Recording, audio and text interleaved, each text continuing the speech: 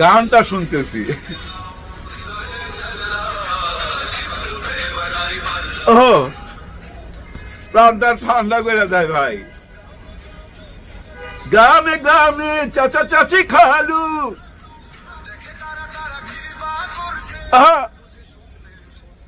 বুঝে শুনে ভোট দিবে বলছে। এই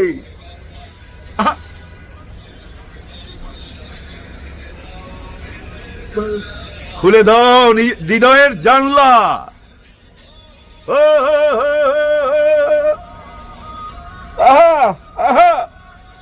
কি গান ভাই!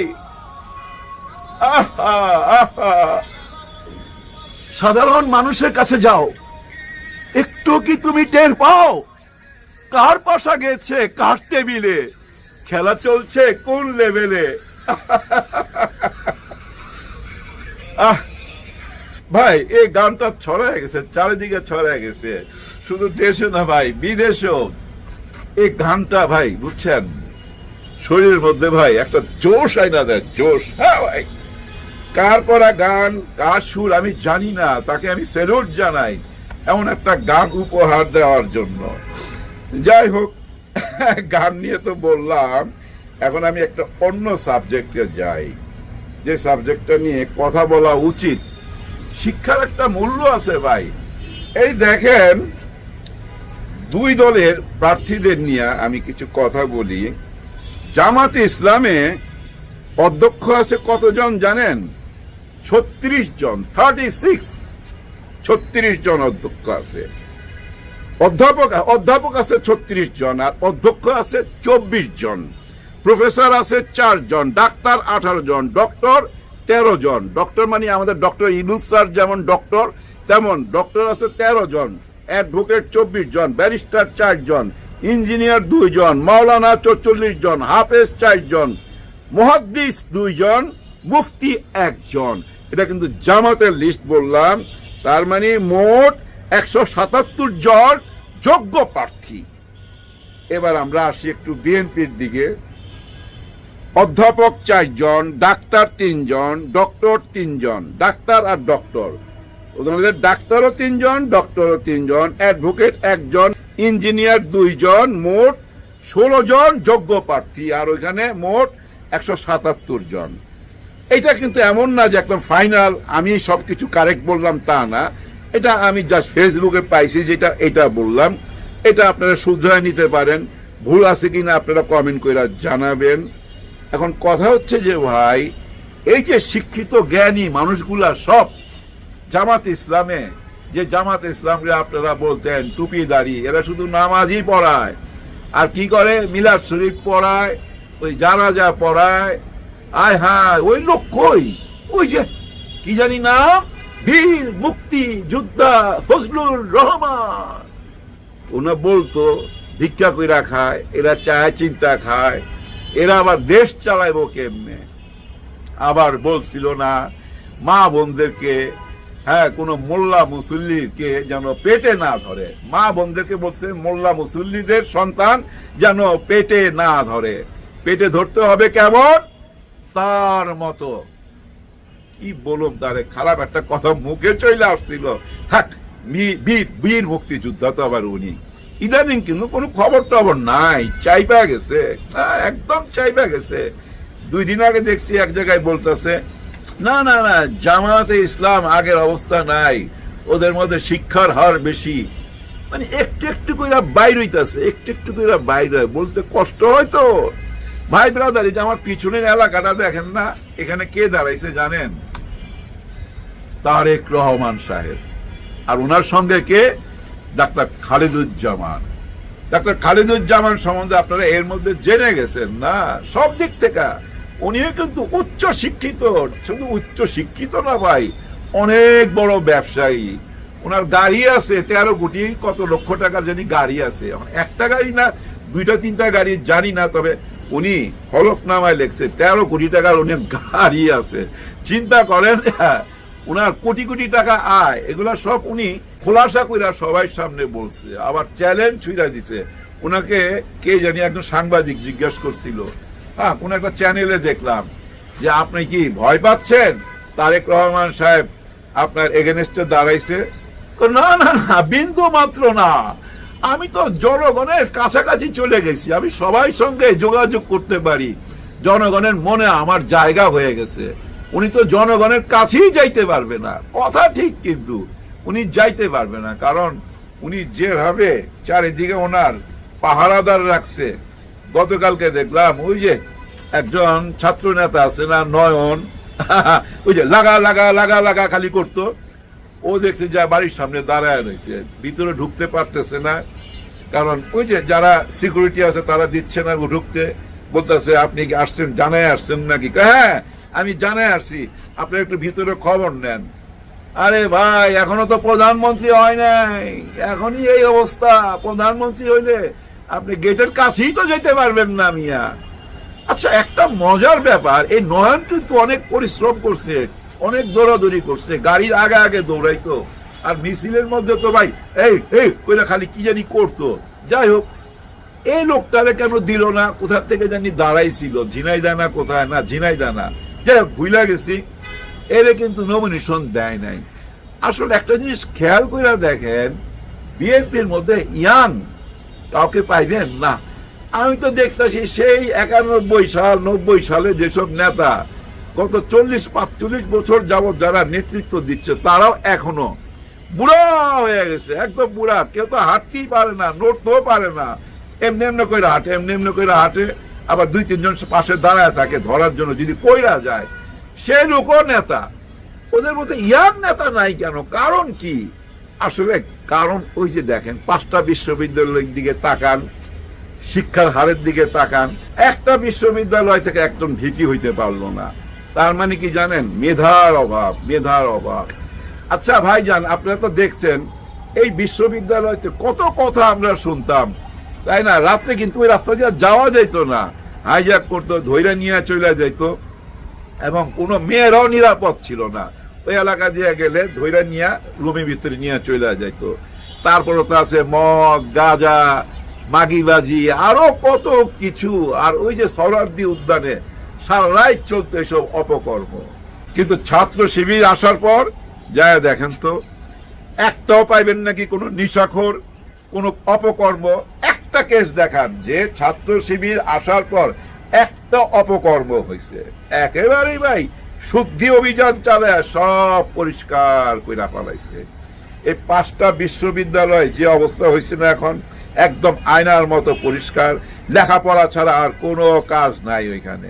ঠিক তেমনি ভাই পুরো বাংলাদেশের চেহারা বদলে যাবে আগামী ফেব্রুয়ারির 12 তারিখের পর। 13 তারিখ থেকে ভাই দেখবেন যে ঘুষ খাইতো না, ওরে যে আপনি ঘুষ দেন সে ঘুষ নিবে না, কারণ ওই যে জামাত ইসলাম এসে পড়ছে। হ্যাঁ, আমি ডিক্লার দিতেছি ভাই, জামাত ইসলাম ক্ষমতা আসবে। কেন এই ডিক্লার দিতেছি? চারিদিকের খোঁজ খবর নিয়ে আমরা রাস্তাঘাটে যাই, মানুষের সাথে মিশার পর যেটা বুঝি, আমি কয়েকদিন আগে নোয়াখালী থেকে আসছি, তবে আমি নোয়াখালী যে এলাকায় ছিলাম ওই এলাকা কিন্তু বরকতুল্লাহ বুলু, ওনার পাওয়ার বেশি, উনি জিতবে। হ্যাঁ, বিএনপির অনেকেই জিতবে, যেটা হয়তো বিরোধী দলে যাবে। আমার মনে হয় ওনাদের বিরোধী দলে যাওয়া উচিত, ওনাদের দলটা গোছানো উচিত। ওনাদের দলটা গোছানো না। যদি ভাই দলটা গোছানো হইতো তাহলে তো ভাই নিজেরা একটা জিনিস চিন্তা করেন, ওনারা নিজেরা ক্ষমতার জন্য একজন আরেকজনকে উপরে পাঠাই দিছে। মোট কতজনকে পাঠাইছে? 200-র উপরে। নিজেরা ক্ষমতার জন্য। যদি ওনারা ক্ষমতায় আসে তখন আপনি আমি নিরাপদ? নিশ্চয়ই নিরাপদ না। হ্যাঁ ভাই, ওনার এক ভাই আরেক ভাইকে যদি মারতে পারে, আপনি আমি কি কোনো ঘোড়ার ডিম? আমাদেরকে তো ভাই পাত্তাই দিবে না, রাস্তায় যেখানে পাইবে ওইখানেই সাইজ করে দিবে।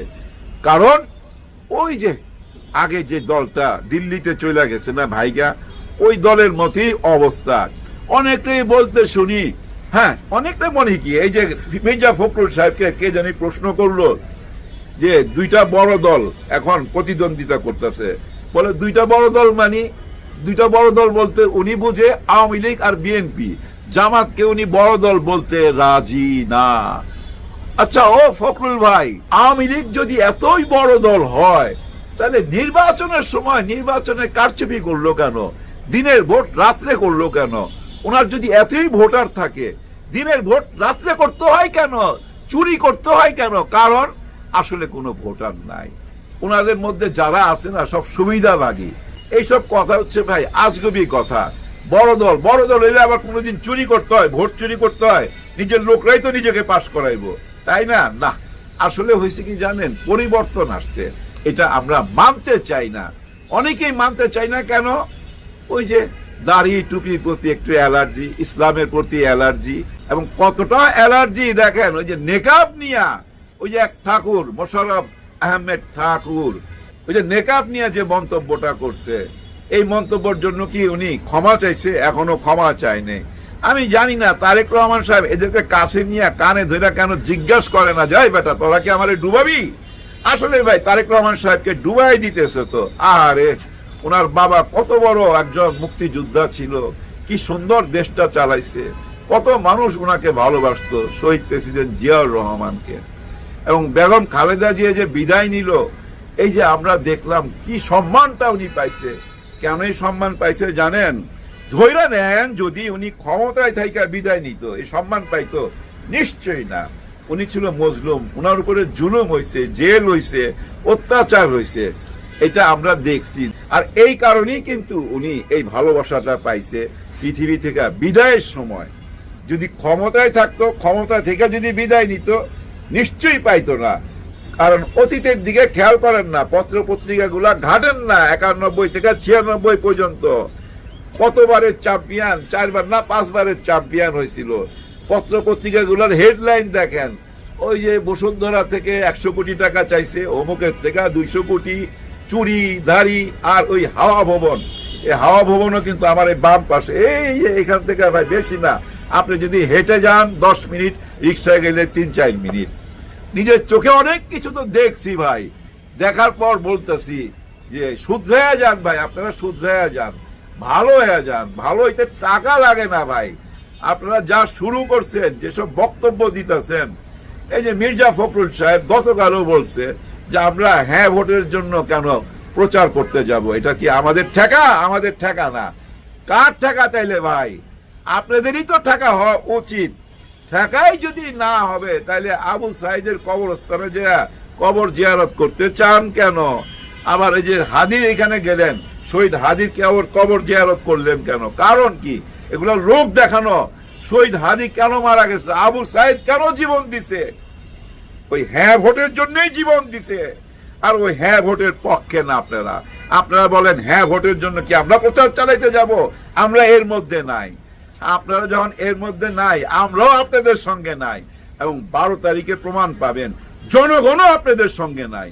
প্রমাণ পাবেন, লিখিত নেন, লেখা নেন। এখন আজকে দিন তারিখ দিয়ে লেখা নেন, জনগণও আপনাদের সঙ্গে থাকবে না। কারণ এত রক্তের বিনিময় আপনাদের হাতে তুলে দিবে এই দেশ। ওই যে গানের মধ্যে একটা কলি আছে না, সুইস ব্যাংকে টাকা জমাইছে কারা? ওই গানের কথাটা মনে রাখেন। আর এই গানটা ভাই হৃদয়ে লাগে, হৃদয়ে লাগে। এরকম একটা গানও তো আপনারা তৈরি করতে পারলেন না। আপনারা ওই যে কি ছায়ানটের জন্য কাঁদেন, উদিচির জন্য কাঁদেন। আপনাদের সঙ্গে তো ওই যে সিঙ্গার আসিফ ছিল, কনক চাপা ছিল, এদের দিয়ে তো একটা গান করাইতে পারতেন না। এদের দিয়ে কোনো গান করতে পারেন না। আসলে গান কোথায় করবেন, কেন করবেন? আপনাদের লক্ষ্য তো অন্যদিকে, চাঁদাবাজি, টেম্পো, বাস, এগুলোর দিকে লক্ষ্য। আপনাদের কর্মীর দিকে তাকান, আয় হ্যাঁ, ওই যে বেগম খালেদা জিয়ার কথাটা এখন মনে পড়তেছে যে টোকাই দিয়া ছাত্র দল চালানো যাবে না, যুব দল চালানো যাবে না, এসব টোকাইদেরকে বাইর করতে হবে। বেগম খালেদা জিয়া নিজে বলছে, বেগম খালেদা জিয়া যে কথা নিজে বলছে। আরেকটা কথা কি বলছিল? 72-এর সংবিধানকে ছুঁড়া ফেলে দিবে যখন এই যুবকরা, ইয়াং জেনারেশন ক্ষমতায় আসবে। এই কথা কিন্তু বেগম খালেদা জিয়া বইলা গেছে। অথচ আপনারা কি বলেন? 72-এর সংবিধানই হচ্ছে বাংলাদেশ, 72-এর সংবিধান না থাকলে বাংলাদেশ আর টিকবে না। এইসব কথায় মানুষ খায় না তো ভাই। খামাখায় বইলা লাভ কি? ওনাদের এক নেতাকে জিজ্ঞাসা করছিল, এই যে খেলা নিয়ে, মুস্তাফিজ যে খেলতে পারলো না ইন্ডিয়াতে, খেলা নিয়ে জিজ্ঞাসা করছে, বলে যে না ঠিক আছে, ভারতের সঙ্গে আমরা এটা একটু মিটিং সিটিং কইরা আলাপ কইরা ঠিক করা উচিত, কঠিন সিদ্ধান্ত নেওয়া উচিত না। ভারত আমাদের পার্শ্ববর্তী দেশ, এই পার্শ্ববর্তী দেশের সাথে সুসম্পর্ক রাখতে হবে, এগুলা কইয়া তো ভাই মারা খাইছেন তো ভাই, 54 বছর মারা খাইছেন। 24 বছর পাকিস্তান আমাদেরকে শোষণ করছিল, মানে ওয়েস্ট পাকিস্তান ইস্ট পাকিস্তানকে শোষণ করছিল। 47-এর 2 ভাগ হওয়ার পর, দেশ ভাগ হওয়ার পর 71 পর্যন্ত এই 24 বছর ওয়েস্ট পাকিস্তান ইস্ট পাকিস্তানকে শোষণ করছিল বইলা আমরা আলাদা হয়ে গেছি, দেশটা স্বাধীন করছি। স্বাধীন হওয়ার পর 54টা বছর আমাদেরকে চুইসা খাইছে। ওই 54 বছরের হিসাব নিকাশ নেওয়া বাকি রয়ে গেছে। অনেক হিসাব কষতে হবে ভারতের সঙ্গে আমাদের। 12 তারিখের পরে, ফেব্রুয়ারির 12 তারিখের পরে ওই হিসাব কষা শুরু হবে। কোনো চিন্তা করবেন না, দুশ্চিন্তা করবেন না ভাই, দেশ সঠিক পথে যাচ্ছে। জামাত ইসলাম দেখবেন বিপুল ভোটে জয় লাভ করবে। আর 12 তারিখে যদি জয় লাভ করে, 13 তারিখ থেকে দেখবেন ঘুষ খাওয়া বন্ধ হয়ে গেছে, মামলা বাণিজ্য বন্ধ হয়ে গেছে, অরাজকতা বন্ধ হয়ে গেছে, চাঁদাবাজি বন্ধ হয়ে গেছে, বালু মহল দখল বন্ধ হয়ে গেছে, সব বন্ধ হইতে বাধ্য। যেভাবে বন্ধ হয়ে গেছে এই যে বিশ্ববিদ্যালয়ের মধ্যে যত অপকর্ম হইতো, আপনাদের খেয়াল আছে জাহাঙ্গীরনগর বিশ্ববিদ্যালয় সেঞ্চুরি করছিল ধর্ষণের, 100টা ধর্ষণ কইরা সেঞ্চুরি কইরা ফুলের মালা নিয়ে বিদেশ পালায় চলে গেছে। আজকে দেখেন 5টা বিশ্ববিদ্যালয়ের দিকে তাকায়, শুধু 5টা কেন, সব বিশ্ববিদ্যালয়ের চেহারা চেঞ্জ হয়ে গেছে, সবাই শুধরায় গেছে। ঠিক তেমনি ভাবে ভাই সারা বাংলাদেশের মানুষ শুধরায় যাবে। কারণ ওই যে মেইন লোকটা যদি, আসল লোকটা যদি যে চেয়ারে বসে থাকে, সে লোকটা যদি সঠিক হয়, সবাইকে সঠিক হইতে বাধ্য। শেখ হাসিনা সঠিক ছিল না তো ভাই, উনি দালাল পালতো, উনি চামচা পালতো, এবং উনি নিজেই একজন লুটেরা, নিজেই টাকা পয়সা লুট করে খাইতো। ওনার দেখেন ছেলে মেয়ে যা কিছু আছে বংশের সবাই বিদেশে, উনি শুধু এই দেশে থাইকা টাকা পার করতো। ওই যে জয়ের একটা চাকরি দিয়ে রাখছিল না, কি যদি স্যাটেলাইট পাঠাইছিল উপরে, ওই চাকরির বিনিময় 2.5 থেকে 3 কোটি টাকা বেতন নিত বাংলাদেশে। হাই রে টাকা, বাংলাদেশের টাকা লুটতে এরা দেশটাকে ভাই ধ্বংস করে দিছে। সব ধ্বংস থেকে যদি দেশটাকে বাঁচাইতে যান, 12 তারিখে কিন্তু ভুল করবেন না। ফেব্রুয়ারির 12 তারিখে অনেকে বলতেছে নির্বাচন হবে না, গন্ডগোল হবে, পিছায়া যাবে। কোন রকম দুশ্চিন্তা করবেন না। আমাদের পুলিশ প্রশাসন, আর্মি ভাইদের নিয়ে অনেক রকম প্রশ্ন উঠছে যে ওনারা সঠিক কাজটা করতেছে না। না, ভুল ধারণা ভাই, সঠিক কাজ করতেছে। আসলে আমাদের এই যে পত্র পত্রিকায় মিডিয়াতে এগুলো আসে না, মিডিয়াতে আসতেছে নেগেটিভ নিউজ, সব নেগেটিভ নিউজ। পুলিশ প্রশাসন, র্যাব, আর্মি সবাই মাঠে নামে গেছে, কাজ করতেছে। সারা বাংলাদেশই চলতেছে ভাই, সারা বাংলাদেশই অপারেশন চলতেছে, শুদ্ধি অভিযান চলতেছে। এবং 12 তারিখের আগ পর্যন্ত সব ঠিক হয়ে যাবে, এবং 12 তারিখের আগে ইনশাল্লাহ সবকিছু ঠিক হয়ে যাবে। আমরা সুন্দর একটা নির্বাচন পাবো।